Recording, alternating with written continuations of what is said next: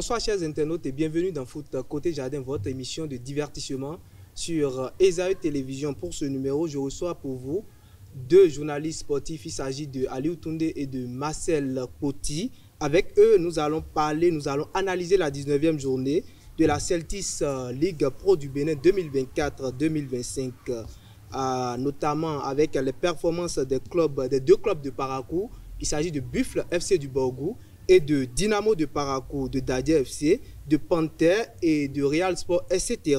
Vous aurez également la réaction des supporters de Panther FC de Djougou, autant pour moi, après la rencontre entre Panther FC de Djougou et Boa FC de Sinende au stade Omnisport de Djougou. Et pour boucler avec Foot Côté Jardin de ce vendredi, vous aurez les immanquables du stade. Restez concentrés, le débriefing c'est dans quelques instants.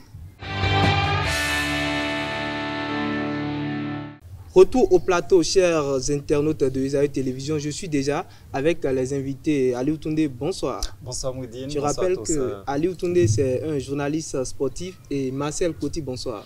Bonsoir Moudine Lawane. Alors, Marcel Poti, Aliou Toundé, vous avez suivi la 19e journée de la Celtics League Pro du Bénin. Buffle ne s'en sort toujours pas, et pas que Buffle, Dynamo de Parakou ne s'en sort également pas. Ah oui, donc on croyait qu'après la belle victoire des Buffles du Borgou face au Panther de Djougou, en ouverture donc, de la seconde partie du championnat, les choses allaient reprendre. On allait enfin retrouver cette équipe sereine, cette équipe ambitieuse, cette équipe capable d'enchaîner de belles performances. Malheureusement, on est tout de suite retombé dans les mêmes travers du côté des Buffles du Borgou après cette belle victoire face au Panther 2-0. Le déplacement du côté de Boycon a été vraiment pénible parce qu'à l'arrivée, ils perdent les 3 points de la rencontre dans les toutes dernières minutes de la partie. Un coup franc donc de Nassirou, un enfant de Djougou qui vous plante à la 88e minute, pardon, qui vous met ce coup franc comme ça et qui vous met complètement à genoux. Ça fait mal, surtout pour une équipe comme ça sur qui tout le monde se disait bon, enfin on est de retour, enfin tout est beau, enfin il y a de nouveaux visages. C'est un sacré coup dur, notamment pour le nouveau staff technique Hubert Moufort et tout, parce que lui-même il se disait bon, enfin la bonne dynamique elle est là, on va pouvoir enchaîner. Malheureusement on tombe comme ça. Je ne sais pas comment est-ce qu'il va pouvoir retrouver notamment cette lucidité, les bons mots. Ça va faire très mal, surtout comment retrouver les bons mots pour pouvoir quand même remobiliser la troupe. Je pense que ça va être ça le plus gros défi de Hubert Moufort tout au long de cette semaine. Ce n'est pas que Buffle FC du Borgou, il y a également Dynamo de Parakou, Marcel Poti. Dynamo de Parakou est toujours dernier du classement, est toujours dernier de la poule A. Oui, Dynamo de Parakou qui est en difficulté depuis le début du championnat, et moi personnellement je suis écœuré de voir et que des natifs de Parakou, une équipe de Parakou qui peine à pouvoir au moins se maintenir dans les 10 premiers dans cette poule A. On se demande qu'est-ce qui se passe, est-ce qu'il n'y a pas une politique footballistique bien orchestrée pour quand même donner un bon visage à cette équipe, parce que ça ne marche pas du tout. Qu'est-ce qui se passe? Est-ce que c'est au niveau des joueurs? Est-ce que c'est au niveau du staff technique? Est-ce que c'est au niveau de l'aspect financier? On ne sait pas. Dynamo n'y arrive toujours pas et on espère que ça va donner. Je pense que lors de la phase A, on posait la question au SG et de Dynamo qui nous disait que le club est en difficulté et qu'ils n'ont pas, comme beaucoup d'autres clubs, des sponsors. Ils n'ont pas, c'est pas une entreprise qui chapeaute, qui sponsorise cette équipe-là. Je pense que ça doit être très difficile quand vous n'avez pas, parce qu'aujourd'hui, le football béninois est très relevé. On y met beaucoup d'argent et quand vous y allez poche vide, je ne pense pas que vous pouvez donner quelque chose, et c'est une place très bien méritée pour eux. Lorsqu'ils vont mettre les moyens qu'il faut, je pense qu'ils seront là où il faut. Aliou Toundé, est-ce que le problème c'est vraiment les sponsors, le problème de Dynamo de Parakou, puisque c'est une équipe qui a quand même réussi à faire des recrutements, notamment Fadil Traoré, qui a marqué même lors de cette rencontre entre Bani Gansé et Dynamo de Parakou, qui s'est soldé par 4-1. Moi, je pense que le souci du côté de Dynamo de Parakou, ça va peut-être au-delà de l'aspect financier, parce qu'il faut vraiment une grosse refonte autour de l'équipe. Toilettage. Vrai toilettage peut-être, on va le dire comme ça, du côté de l'équipe de Dynamo de Parakou. Parce que après leur belle performance, il y a quelques années en arrière, lorsqu'on jouait encore la Vitalor League, où ils avaient fini notamment champion en Ligue 2, qui avaient acté leur montée dans l'élite du football bénin. Juste après, ils ont perdu énormément de talent, énormément de joueurs. Anaconda, entre griffes, le capitaine de Coton, en ce moment, qui fait en tout cas la pluie le beau temps du côté de Ouida. Il y a également Sherefdine Maman qui était parti. Il y a Jalil Yeriman. Tellement de grands joueurs, tellement de grands noms, de grands talents qui avaient porté cette équipe en deuxième division. Mais juste après, tout est retombé dans l'eau parce qu'on n'a pas su enchaîner, parce qu'on n'a pas su préparer la relève, parce qu'on n'a pas su aussi mieux s'organiser, parce que juste après, il y a eu le départ notamment les départs successifs des entraîneurs qui ne tiennent pas 6 mois sur le banc de Dynamo de Parakou. Quand c'est comme ça, c'est parfois difficile d'avoir une identité propre, d'avoir surtout une réelle politique qui vous permet comme ça d'asseoir quelque chose de solide.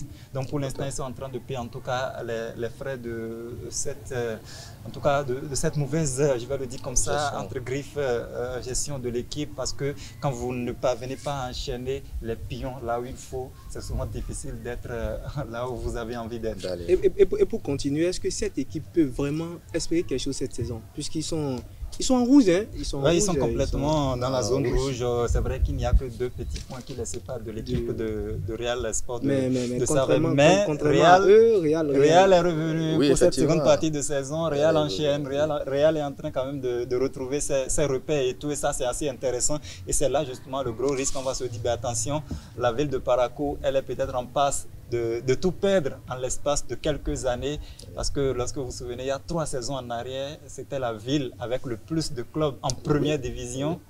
C'était assez exceptionnel et tout, mais là, il ne reste que 2 avec ses cornes. Il ne reste que 2 et là encore, Dynamo de Parakou est définitivement dans la zone rouge. Maintenant, le gros défi, c'est vraiment de parvenir à enchaîner, même si vous perdez, que vous pouvez quand même, au bout de 2 ou 3 matchs, enchaîner encore 2 ou 6 succès consécutifs. Ça va permettre tout de suite de rebondir parce que l'écart au niveau du bas de tableau n'est pas aussi considérable que ça.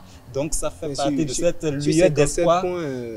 Ils n'ont obtenu que 12 points. Hein. Oui, justement, mais du moment où ils ne peuvent plus viser le top 9, ils ne peuvent plus viser la zone verte, l'objectif désormais, il faut viser la zone jaune pour ne serait-ce qu'assurer sa place au niveau de la deuxième division la saison prochaine. Donc je pense que ça, c'est au moins jouable. C'est à eux maintenant de savoir comment gérer, surtout comment aborder la suite du championnat, parce que ça va être vraiment très, très disputé. Ça va être vraiment très disputé. Je suis toujours avec Dynamo de Parakou et avec vous. Marcel Coty, qu'en est-il du mental de ces joueurs-là? Quand chaque matin vous vous réveillez et vous voyez que votre club est toujours au dernier du tableau. Je pense que ça joue beaucoup parce que les joueurs ne sont plus... malgré les efforts, il y a avec espoir. Les joueurs ne sont plus forcément motivés. Ils se disent, nous sommes les derniers de la classe. Parfois, on se dit, bon, on est les derniers, on ira au stade, et on va jouer, ils vont encore nous gagner, on va rentrer. Vous voyez? On ira remplir les formalités. Oui, eux-mêmes, psychologiquement, ça ne va plus. Et je pense même que parmi eux, il y en a qui pensent déjà à la suite de leur carrière. Parce que quand tu es joueur de Dynamo et que tu es dernier, tu te poses forcément des questions. Et quelle plus-value tu pourras apporter à une autre équipe et quelle autre équipe voudra de toi dans son club. Donc il y a tout ça qui joue beaucoup. Et je pense que le mental est off. Le mental est complètement off. Et comme l'a dit Ali ou Touné, ou comme je le suggérais tout à l'heure, c'est de faire vraiment un vrai toilettage au sein de cette équipe-là. Et pourquoi pas ne pas essayer de voir, copier un peu ce que fait cette magnifique équipe de Real Sport qui, après la trêve, est revenue vraiment, c'est pas dopé de morale, parce que aller gagner et aller faire match nul avec le deuxième de la poule A, il faut le faire. Ils ne sont pas allés faire match nul avec 10e ou bien 15e, non, avec le deuxième. C'est comme si aller gagner peut-être d'Adier. même si c'est pas encore quelques chiffres arrivé. Pour appuyer justement cet état de forme vraiment critique du côté de Dynamo de Parakou. Depuis le début du championnat, seulement deux petites victoires. 2 victoires. Sur 19 journées, vous voyez, ça fait 11 défaites. Voilà. Ça reste ne beaucoup, nous leurrons pas, ils vont pas faire long feu. Même l'AS Tonnerre n'a que 4 victoires. Mais sauf que lorsque vous regardez notamment le comportement offensif de l'équipe, il n'y a que 9 petits buts inscrits en 19 journées. On ne peut pas rêver, espérer mieux quand on n'arrive pas à marquer. Derrière aussi, ça encaisse beaucoup 24 buts encaissés en 19 journées. C'est la deuxième pire défense du championnat. Après Tonnerre. Pour cette équipe, c'est la défense le problème. Pas que la défense, on se rend compte que non seulement ça ne marque pas, derrière ça encaisse beaucoup, donc c'est pratiquement l'ensemble de l'équipe. Pour ne pas vous couper, au moins Buffle en défense ça se porte mieux. C'est la meilleure défense d'ailleurs. Ils ont enchaîné beaucoup de matchs nuls, mais de l'autre côté, derrière ça ne va pas et devant aussi ça ne va pas. On se demande pourquoi ils sont dans le championnat. On s'est parlé des équipes de Parakou. Pour cette fois-ci, Dadja FC a repris la tête de la poule. Et Dadja FC a réussi à battre les Cavaliers de Niki 3 buts à 1. Oui, l'équipe de Dadja, c'est quand même l'équipe vice-championne de Bénin en titre. Ils ont un statut à défendre, ils ont un statut à confirmer, surtout face à un adversaire qui leur a ravi la vedette comme ça lors de la première partie de championnat. C'était vraiment un match assez intéressant sur le terrain. On sentait ça bien avant même le coup d'envoi, la mobilisation dans les gradins. Le peuple d'Aplaoui s'est mobilisé vraiment fortement pour accompagner, pousser son équipe. Les dirigeants même de la société Soneb Dadja étaient sur place pour booster davantage le moral de l'équipe. Ça veut dire qu'ils savaient combien ce match était important parce que c'était un adversaire direct, un concurrent direct dans la course, donc à la première place. Et à l'arrivée, quand ils ont quand même réussi à réunir tous ces ingrédients-là, ils obtiennent les 3 points de la meilleure des façons parce qu'ils ont littéralement dominé la rencontre. Ils se sont montrés efficaces, ils ont possédé le ballon, ils ont vraiment bousculé cette équipe des Cavaliers qui malheureusement entame de la pire des façons cette seconde partie de championnat. C'est tant mieux, moi je pense que cette victoire c'est amplement méritée pour la formation de Dadja. Maintenant il faudra se méfier d'elle parce que quand elle se retrouve à ce niveau-là, c'est rarement qu'elle vous lâche la place. Je vous reviens sur Dadja, mais en avant, je demande à Marcel, qu'en est-il de l'équipe de Cavaliers qui a bien commencé le championnat, notamment avec son duo Faizou Para et Didier Chabi, qui sombre actuellement. Le club, c'est pas Cavalier des phases allées. Bon, on ne va pas dire que Cavalier est sombre. Il y a toujours des pires moments quand on est dans le championnat. Ils ne sont pas dans le temps fort. Actuellement, ils ne sont pas dans le temps fort et on reprend le championnat et on perd 2 matchs. Je pense successivement, déjà à domicile face à Banégancé et maintenant face à Dadja. Ils n'ont pas perdu contre de petites équipes. Donc je pense qu'avec... Ce championnat, il y a vraiment de petites équipes. Oui, mais ce n'est pas Real Sport qui les a gagnés ou Dynamo de Parakou. Je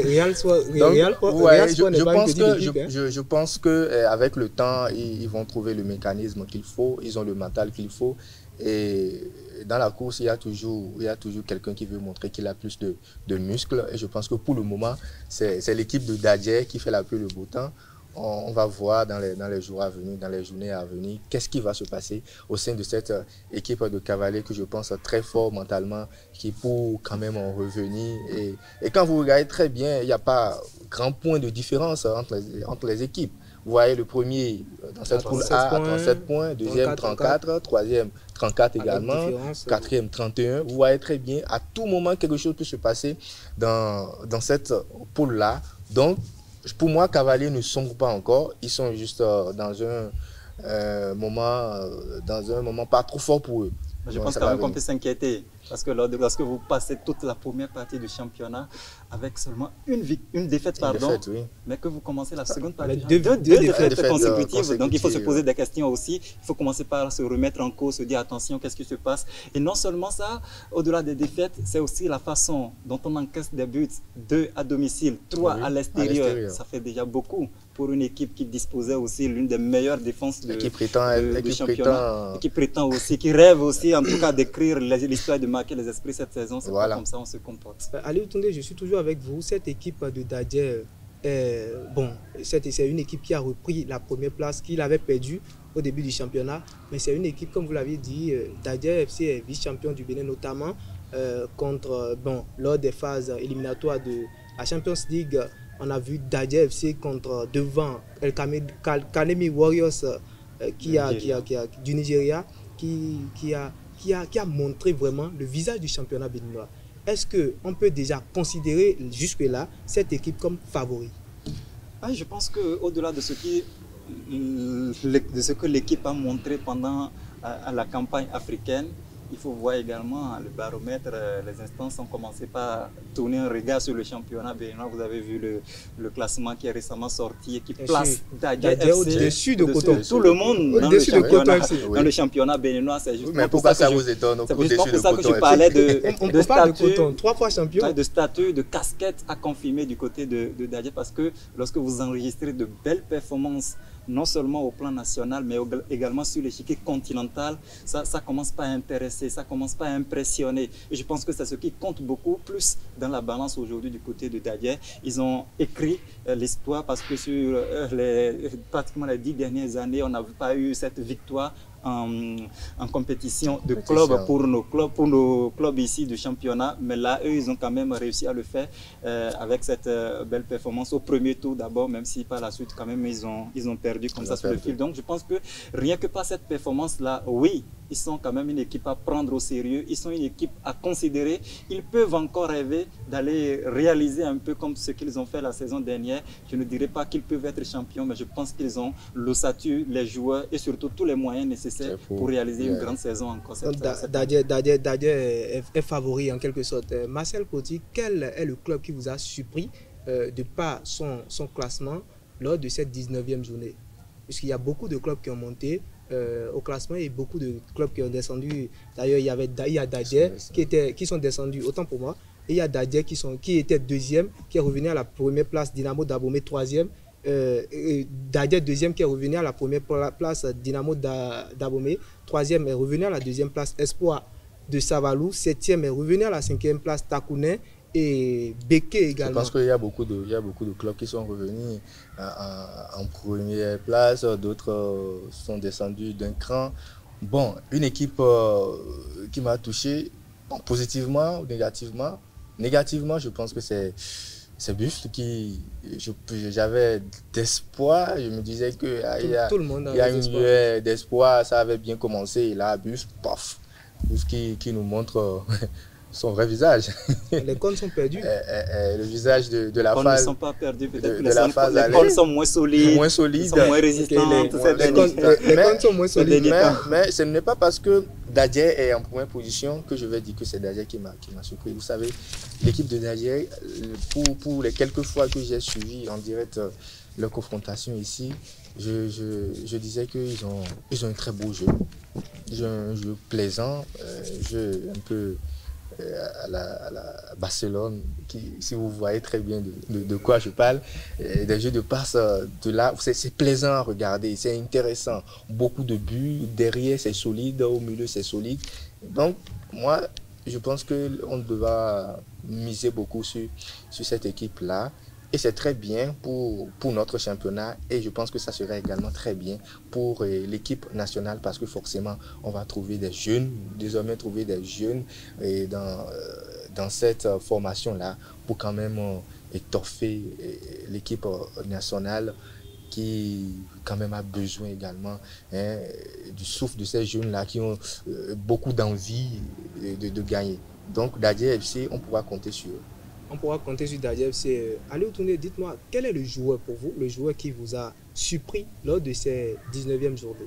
Puisqu'il y a eu beaucoup de prestations, il y a eu 24 buts en 9 matchs. Ah oui, je pense qu'il y a eu beaucoup de joueurs effectivement qui se sont bien illustrés. Lors du dernier numéro, on parlait de Feliciano Monchor, le latéral de Dadje FC. Oui. Il s'est signalé encore lors de cette rencontre face au Cavalier de Niki. Vous voyez la façon dont il initie son propre but. la passe et après l'appel pour croire jusqu'au bout. Pour un latéral, c'est quand même un profil assez intéressant.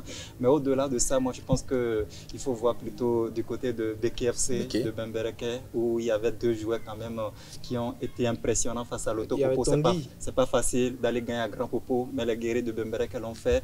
D'abord, il y a Florent Kouda qui a signé un doublé lors de cette rencontre. Et puis il y a Malik Tanguy qui s'est illustré également un but et une passe décisive. Je pense que c'est sans oublier qu'il avait marqué lors de l'avant-dernier match. Oui, effectivement. Donc ça fait partie comme ça des performances assez intéressantes. C'est des joueurs qu'on avait perdu un peu de vue, mais là, ils sont en train de revenir, notamment pour cette seconde partie de championnat. Ils nous montrent qu'attention, ils n'ont rien perdu de leur superbe. Ils ont encore leurs jambes sur place. Ils peuvent encore tenir, ils peuvent encore porter surtout cette équipe de Beke. Je pense qu'après ces deux journées, on est en train de retrouver notamment une équipe de Bembereke qui est vraiment impressionnante, qui a fait un bond au niveau du classement, qui a amélioré également son chiffre et surtout son goal average. C'est des choses assez intéressantes parce que, quoi qu'on dise, BKFC de Bembereke, lorsqu'on interroge l'histoire du championnat, c'est quand même un gros morceau de notre football, notamment ces dernières années. Il fut un moment où ils ont vraiment tenu tête à des grosses équipes comme Buff du Borgo, comme Panthère ou encore Aspac à un moment donné. C'était vraiment une grosse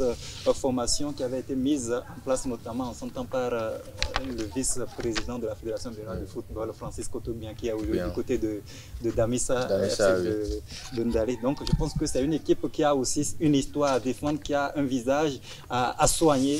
Pour l'instant, ça se passe plutôt bien, même s'ils ne sont pas encore dans la zone verte. Je pense qu'ils sont en de bonnes positions pour y être. Mais qu'en est-il de Loto Popo? Qu'en est-il de Loto Popo? C'est les Loto Boys, ils sont à la 9e place. Ils sont bloqués à la 9e place. Oui. 18e journée, 9e place. Et 19e journée, toujours la 9e place. Oui, ben, dans un championnat très, très rude, vous voyez, avec quel point? Avec quel nombre de points qu'il faut s'interroger. Les Loto Boys, bon, un club pour moi... Ce n'est que 27 points. Hein? Oui, qui n'ont que 27 points. Un club qui pour moi n'est pas trop constant. Dernièrement. Parfois on perd, parfois on fait des matchs nuls. Et je pense que c'est le résultat. Revenir à la 9e place. Mais c'est comme je le disais tout à l'heure, rien n'est joué dans ce championnat. Rien n'est joué. Loto n'est pas... Loto reste Loto. Et je pense qu'ils vont chercher dans les 5 premiers. Bienvenue Vienno à marquer du côté de Loto Popo. Ce joueur qui a, je ne sais pas comment je vais le dire, qui a raté. Voilà. Ce joueur qui n'a pas su se démarquer en Israël.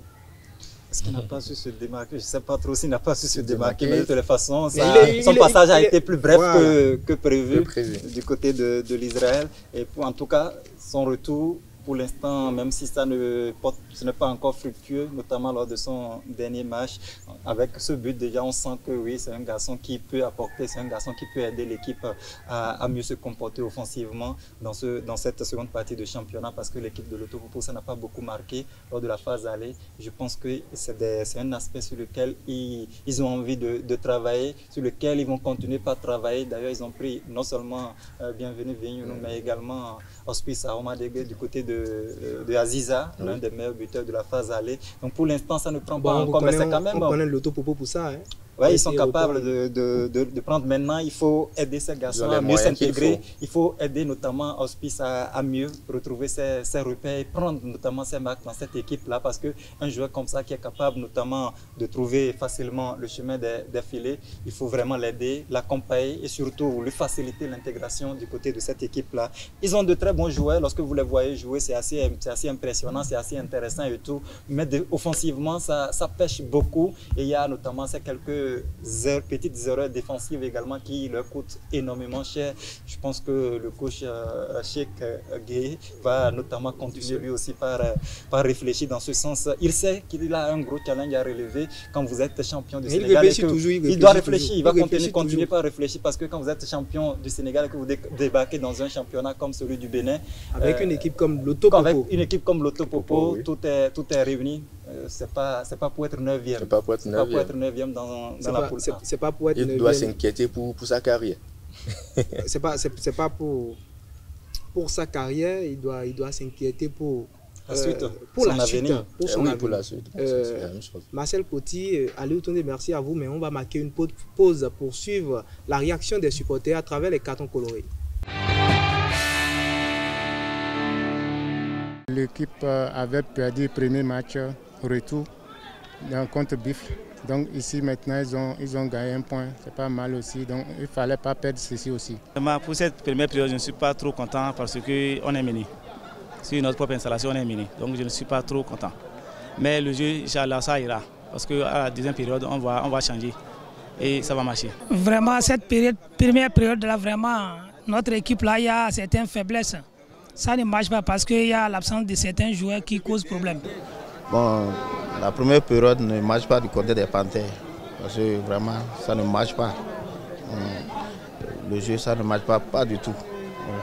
Mais on a l'impression qu'à l'absence d'un joueur là, le numéro 10 là, ils ont commencé par frotter. Vous voyez, non? C'est ce qui a laissé que ça ne marche pas du tout. Pour que les choses soient dans la position normale, il y a certains joueurs qu'on va essayer de déplacer pour que le jeu soit bon. C'est le milieu qui n'a pas bien fonctionné. C'est le milieu qui n'a pas bien fonctionné. Le milieu n'a pas bien renforcé la défense. Et c'est ça qui a amené cette différence-là. Il y a le numéro 14 là, parce qu'il garde trop le ballon. Donc si on peut le changer aussi, c'est bon. Ce qui n'a pas marché, surtout, c'est le milieu de terrain qui n'a pas bien tourné. Puisqu'il y a une absence parmi les milieux là, donc qui posait le ballon, quoi. Donc actuellement, il est suspendu ou bien il est blessé. Voilà, donc c'est pourquoi le milieu là, ça n'a pas marché du tout. Ouais, le joueur qui a bien joué à la première période, c'est notre numéro 5. C'est le numéro 5. Je lui donne le carton. C'est le centre gauche, numéro 5 là. On va lui donner le carton vert. Le joueur qui m'a plus émerveillé ce soir, c'est le nouveau recrue. Je pensais qu'il y a un gagnant qui a quitté Exola, qui est rentré deuxième partie. Le joueur qui nous a émerveillé ce soir, c'est notre nouvelle recrue, Bismarck, le numéro 27. Dès son entrée en jeu, le match a complètement changé de visage. Je lui donnerai un carton vert. Il a touché le bal une fois. La seconde fois qu'il a touché le bal, ils ont pris ça dans le filet. Je suis très content de lui. Je vais lui donner ce carton-là que vous voyez sur ma main. Retour au plateau, chers internautes. Vous venez de suivre la réaction des supporters de Panthère FC de Djougou à travers les cartons colorés. Marcel Poti, qu'est-ce que vous pensez de cette réaction des supporters ou l'avis des supporters? C'est bien beau de voir des supporters qui se transforment parfois en coach et qui demandent de remplacer tel ou tel joueur. Ça veut dire qu'ils sont intéressés, ils ont suivi le match, ils sont attachés à leur club. Et quand on suit bien leur réaction, on voit vraiment qu'ils ont quand même de très belles analyses. Et dans cette confrontation-là par rapport à cette équipe de Panthère de Djougou qui avait de sérieux problèmes en milieu de terrain. Je pense quand même qu'il va falloir travailler beaucoup avec ce milieu de terrain parce que ces internautes, ces supporters ont suivi correctement le match et ils sont unanimes sur cette différence qu'il y a au milieu de terrain. Et c'est bien heureux de le savoir. Et de savoir qu'on a beaucoup de fans derrière les Panthères de Djougou. Et quand vous suivez bien, ils étaient également tous unanimes sur la belle prestation ou performance de Dossa 5. Également malheureusement qui est sorti. Qui est sorti après. Peut-être que le coach n'avait pas la même vision que ces supporters-là. Également, la nouvelle recrue qui a marqué. C'est bien de le savoir et moi je suis satisfait. Je pense que les Panthères ont beaucoup de chemin encore à faire dans cette Ligue Pro. Ils ont beaucoup de chemin à faire. À Aliou Toundé, il y a des nouvelles recrues qui se sont démarquées lors de cette journée. Notamment, j'avais parlé de Fadil et également de Dossa 27 de cette formation de Panthère de Djougou. Et il y en a eu lors de cette 17e journée, 19e journée, la Celtics Ligue Pro. Est-ce que vous ne pensez pas parfois qu'il faut un renfort pour ces équipes-là? Parce que les mêmes joueurs tout le temps, ça fatigue. Ouais, je pense que c'est pour ça qu'il y a ce qu'on appelle le mercato, c'est pour ça qu'il y a ce qu'on appelle la trêve. Est-ce que tout le monde l'a fait? Oui, même si tout le monde ne l'a pas fait, au moins la plupart des équipes quand même... C'est selon les moyens de chacun. Ils se sont quand même adonnés à l'exercice du côté des Panthères où vous avez vu notamment les nouvelles recrues qui se sont illustrées, le gagnant qui est arrivé. C'est important surtout qui est cet attaquant qui puisse aussi rapidement prendre ses marques. Il n'était pas de la partie du côté de Parakou lors de la première journée de cette seconde partie. Non, je ne veux pas dire que peut-être que ça aurait changé quelque chose, mais on sent tout de suite que oui, il peut quand même apporter, il peut aider notamment cette formation des Panthers dans cette Celtics League Pro, parce que lors de la première phase du championnat, plus de 50% des buts inscrits par l'équipe des Panthers l'ont été uniquement par Moussa Maïyaro. Sur 21 buts, 11 ont été inscrits par Moussa Maïyaro. C'est-à-dire il y avait cette dépendance de Moussa Maïyaro. Est-ce que ce n'est pas cette volonté de nouvelles recrues, de vouloir bien faire, qui l'anime pour le moment? C'est tant mieux. C'est pour ça qu'il est là, c'est pour ça qu'il est arrivé. Quand vous prenez un nouveau joueur, quand vous recrutez quelque part, c'est forcément pour apporter un plus. S'il peut aider à marquer, s'il peut aider à gagner, s'il peut aider à avoir notamment engrangé des points dans cette seconde partie de championnat, c'est tant mieux. Maintenant, est-ce qu'il va réussir à plomber sur Moussa Maïyaro, ou bien est-ce qu'il va quand même réussir notamment à enchaîner cette belle performance sur le fil de cette seconde partie de championnat? Ça reste des choses à vérifier, mais c'est quand même déjà bien pour son premier match à domicile devant ses publics. Vous avez écouté notamment les supporters, ils sont quand même intéressés, déjà impressionnés. Quand on est un nouveau joueur, ce n'est jamais facile comme ça de gagner tout de suite le cœur des supporters. Mais lui, à travers sa performance, pour un seul match déjà, il commence par marquer des points. Ça veut dire que l'intégration va lui être assez facile et le reste va venir assez facilement. Moussa Yaro, comme il a dit, le meilleur buteur de ces phases allées, sombre désormais. C'est un joueur qui, je ne sais pas le problème que ce joueur il a, mais on le voit plus vraiment. Il se fait vraiment contrôler sur le terrain. Oui, mais ne lui demandez pas trop. Quand vous êtes un bon joueur, un meilleur attaquant, la défense aussi s'arme pour quand même vous contrer, parce que désormais quand il vient, on sait que c'est le gars qui a marqué tel nombre de buts.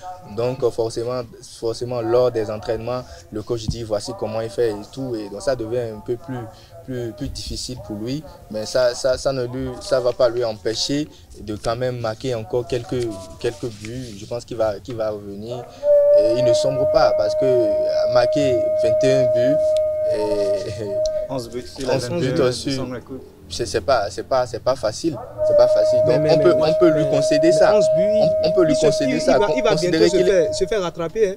Oui, mais ces buts ont compté dans l'avancement de son équipe, donc il faut lui concéder ça. Peut-être qu'il est pour le moment au repos. On a vu Rafinha qui depuis un moment n'a pas marqué, c'est pas pour ça qu'il n'est pas un bon joueur. Le championnat binois, je pense que c'est assez intéressant ce qu'on dit, parce que Moussa Maïyaro, c'est quand même le meilleur buteur de la phase allée. Donc naturellement pour cette seconde partie de championnat, tous les adversaires de Panthers avec les yeux sur lui se préparer non seulement pour contrer l'équipe, mais également pour maîtriser ce véritable buteur. Il y a dans le gradin les supporters qui demandaient même de le sortir.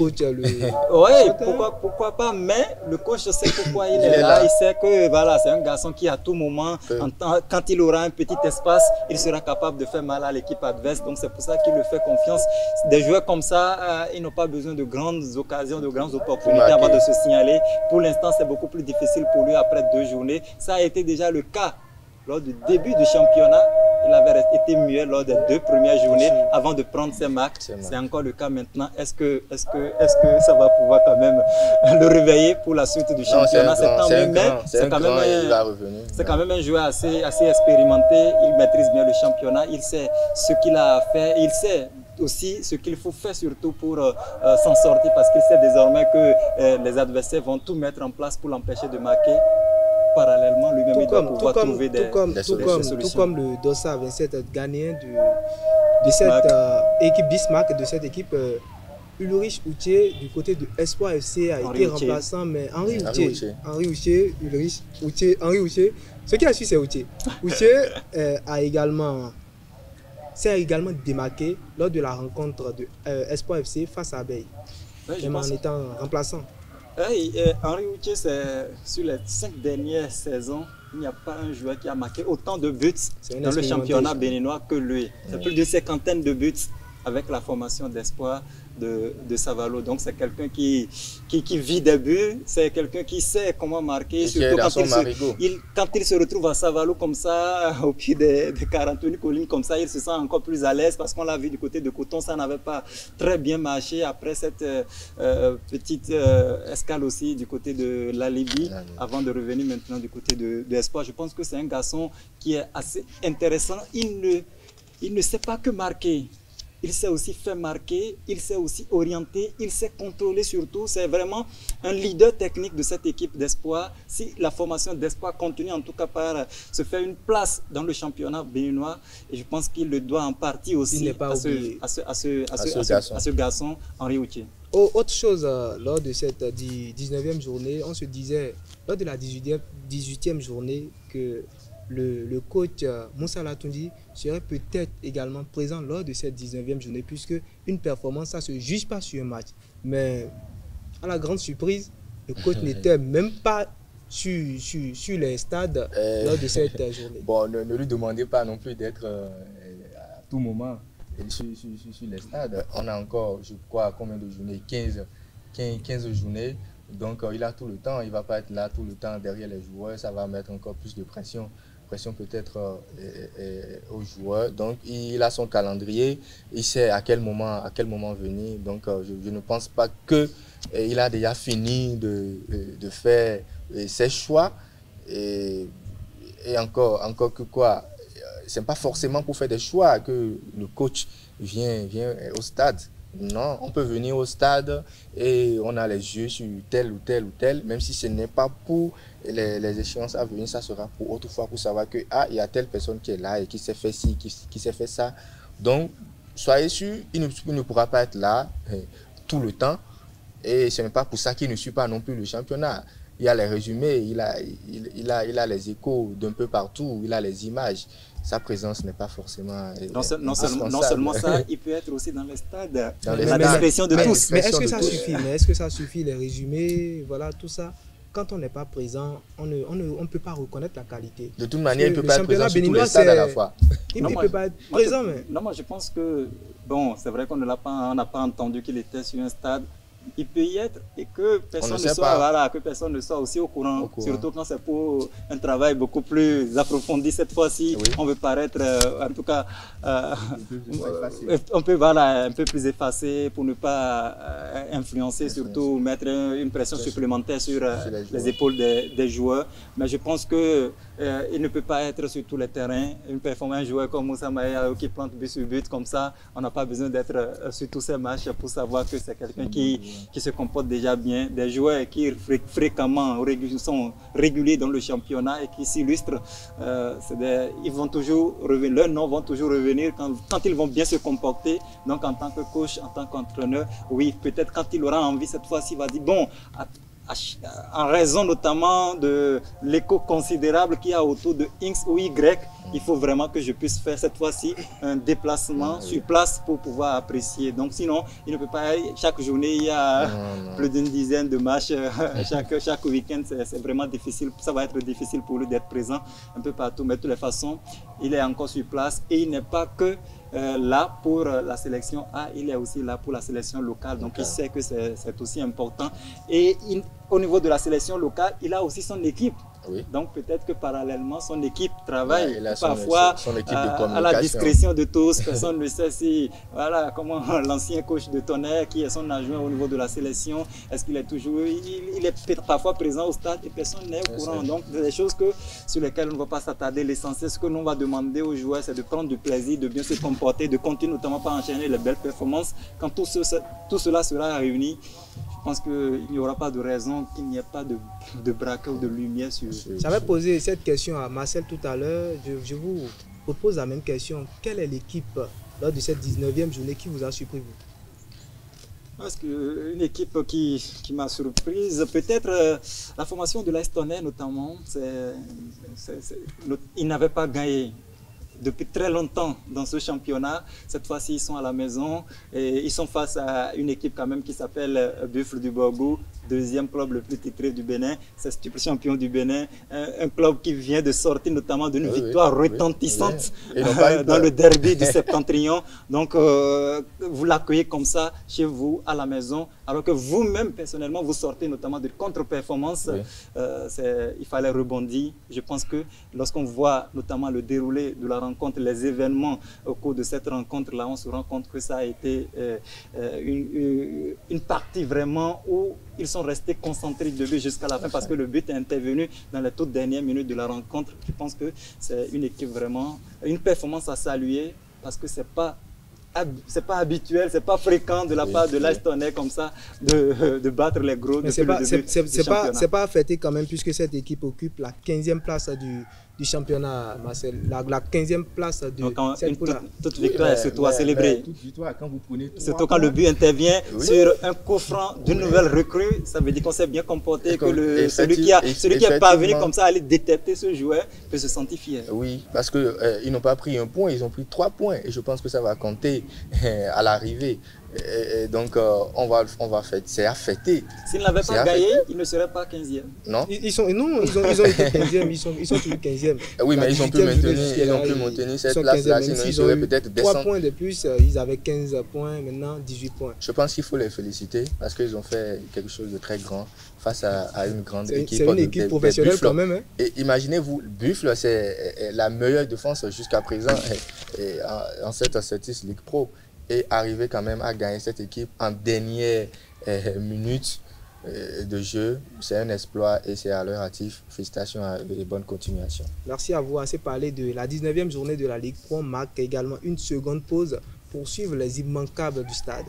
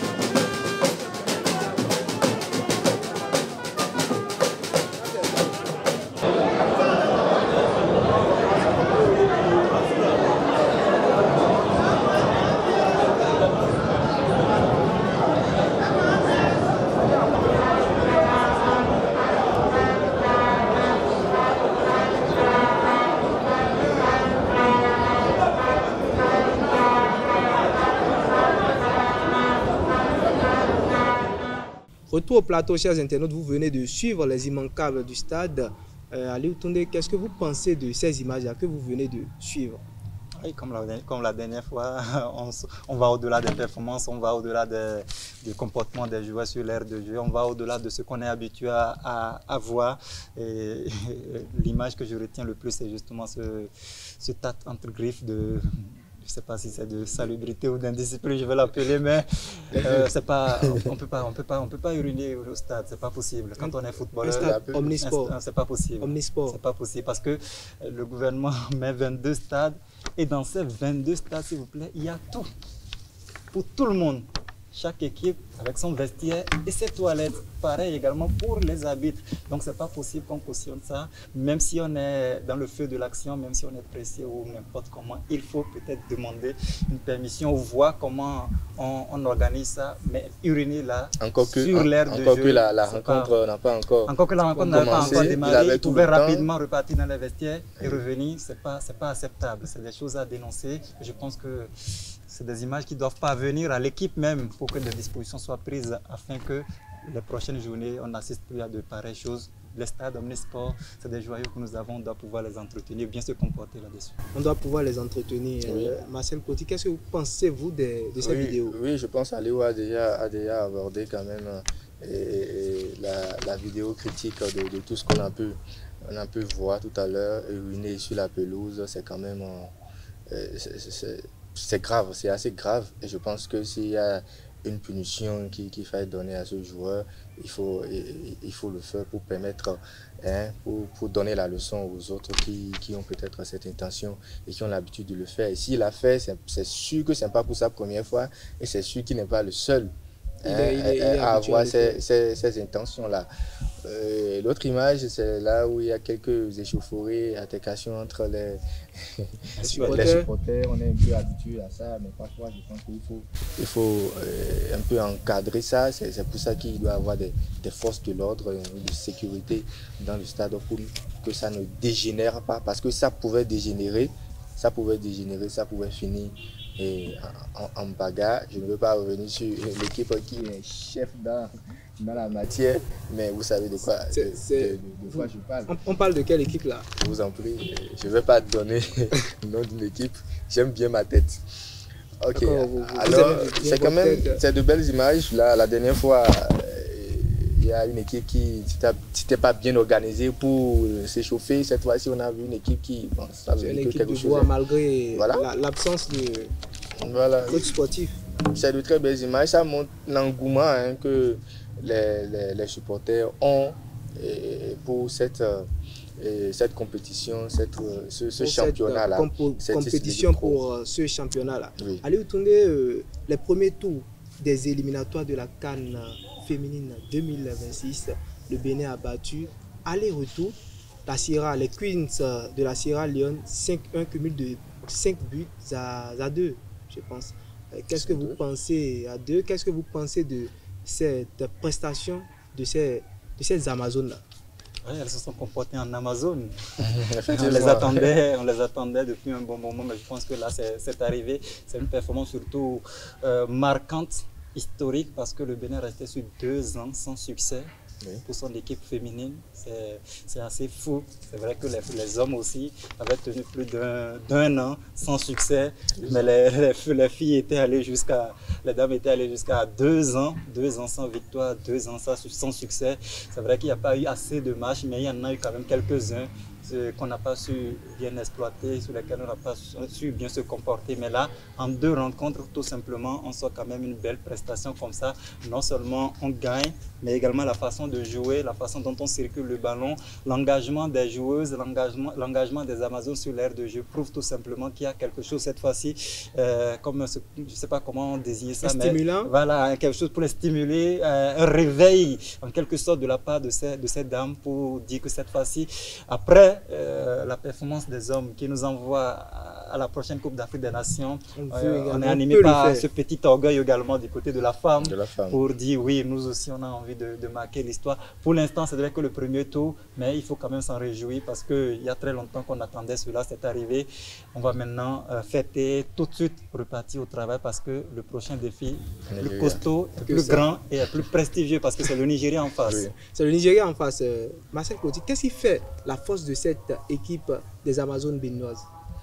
Ce qui fait la force de l'équipe, je pense que c'est parce que le football béninois a un nouveau visage. On y met beaucoup plus de sérieux, beaucoup plus de moyens. Et donc, quand vous avez les moyens de votre politique, forcément, vous devez avoir de très bons résultats. Et c'est d'ailleurs pourquoi on voit cette performance-là de ces Amazones qui ont montré vraiment qu'ils sont des Amazones et qui ont peut-être justifié l'implantation de cette statue des Amazones. On sait vraiment qu'on est dans un pays des Amazones parce que aller gagner, aller-retour, une même équipe, et c'est pas à 1-0, non, 2 buts à 1 et après 3 buts à 1. Je pense que la dernière fois que l'équipe féminine a gagné les 3 buts à 2, ça remonte en 2006. En 2006 face à la Guinée. Et je pense que c'est salutaire. On espère, le premier tour s'est passé et on espère qu'avec le Nigeria, c'est vrai, c'est un très gros morceau. Ces filles, ces Nigérianes ne sont pas faciles à jouer. Mais avec notre orgueil, je pense qu'on doit aller loin. Et également, il faut féliciter beaucoup le coach Abdoulaye Ouzérou qui a fait un très bon... L'international Abdoulaye Ouzérou. Oui, l'international Abdoulaye Ouzérou. L'Est coach. Ok, l'Est international. Bon, je vous en prie, ici, je suis frustré. Ok, donc il faut vraiment le féliciter parce que certainement, il a eu beaucoup de patience parce que le football féminin, ce n'est pas forcément... Ça ne donne pas très vite. Il faut beaucoup de patience et beaucoup travailler avec les filles pour avoir le résultat qu'on veut. Il a fait ce qu'il faut. Le président également de Chacus qui a fait ce qu'il faut. Et je pense que pour cette qualification seulement, ils ont eu droit à, je ne sais pas, 100 000 francs de la part du président de la fédération. C'est pas rien. Hormis les 2,5 millions que chaque joueuse va empocher, je pense que avec ça, ils auront envie d'aller faire quelque chose au Nigeria et ça va faire mal. Mais on parle du Nigeria, cette équipe qui a à sa tête Oda Gbedjissi. Est-ce que cette équipe peut vraiment faire quelque chose face au Nigeria, à l'équipe nigériane? Moi, je pense que puisqu'on parle du Nigeria là. Ouais, on parle du Nigeria, on sait ce que ça représente. C'est vraiment, même sur le plan mondial, quand on parle du football féminin, le Nigeria a toujours son mot à dire. Vous avez vu, notamment en termes de ballons d'or, les 10 derniers ballons d'or ont presque été remportés par les Nigérianes et tout. Il n'y a que cette année que la Zambienne a réussi tout simplement à couper cette dynamique. Donc, je pense que du côté du Nigeria, il y a tellement de sérieux autour du football féminin. Vous avez des joueuses qui évoluent à un niveau très élevé, Assisa Toshola qui évolue du côté du FC Barcelone, mais il y a des joueuses vraiment qui sont un peu partout, oui, donc il y a tellement de joueuses qui ont déjà tutoyé le haut niveau et qui continuent quand même de s'exporter, à l'image notamment de cette internationale qui vient par exemple de signer du côté de Toronto aux États-Unis. C'est des joueuses comme ça qui s'exportent assez facilement en raison notamment du sérieux qui se fait de ce côté-là, mais qu'à cela ne tienne, du côté du Bénin, avec le petit travail entre griffes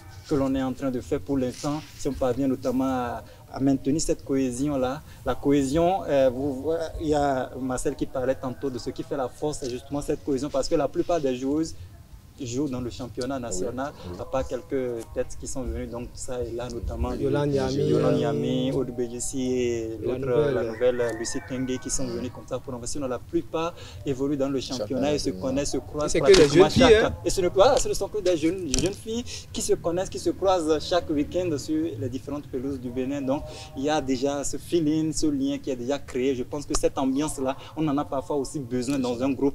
Et au-delà de ça, vous avez également un coach qui sait motiver, qui sait booster le moral de ses joueurs, qui sait aussi comment demander des efforts à ses joueuses. Pour l'instant, ça répond. Je pense qu'il est conscient, Abdoulaye Ouzérou, il sait mieux que nous ici que le défi face au Nigeria est plus grand que jamais. Énorme. Et c'est à lui de tout mettre en œuvre pour tout simplement aller écrire l'histoire. Il a déjà marquer les esprits avec déjà ce premier tour. Je pense qu'il peut la soigner davantage.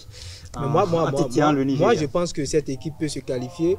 Qu'est-ce que vous pensez, Marcel? Est-ce que l'équipe peut se qualifier?